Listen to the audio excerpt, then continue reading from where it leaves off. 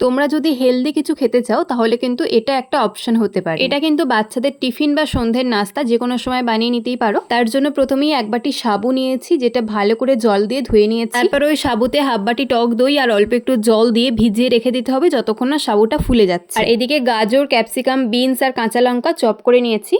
যখন সাবুটা ফুলে যাবে তখন ওই চপ করে রাখা সবজি, গ্রেট করে রাখা আদা, একটু কেটে রাখা কাজু আর কিশমিশ, সঙ্গে স্বাদ অনুযায়ী নুন, চিনি, একটু গোটা জিরে, সঙ্গে একটু ম্যাশ করে রাখা সেদ্ধ আলু দিয়ে ভালো করে মেখে নিতে হবে। তারপর হাতে একটু সাদা তেল মেখে নিয়ে পছন্দ মতো শেপ করে নেব। আর এদিকে ফ্রাইং প্যান বসিয়ে দিয়েছি, অল্প সাদা তেল ব্রাশ করে নিচ্ছি, তোমরা চাইলে বাটার দিতে পারো। তারপর সাবুর টিকিয়াগুলোকে দিয়ে দেবো, দিয়ে একদম লো ফ্লেমে 5 মিনিট করে উল্টে পাল্টে ভেজে নেব। তাহলে একদম রেডি সাবুর টিকিয়া। এটা কিন্তু ঠান্ডা হয়ে যাবার পরেও একদম নরম তুলোর মতো থাকে, তো বাচ্চাদের খেতে কিন্তু ভীষণ সুবিধা হবে। আমি এটা টমেটো কেচাপ দিয়ে সার্ভ করেছি, তোমরা চাইলে পছন্দ মতো চাটনি দিয়ে সার্ভ করতে পারো। কতটা নরম হয়েছে নিজেরাই দেখতে পেলে। আজকের মতো এতটাই।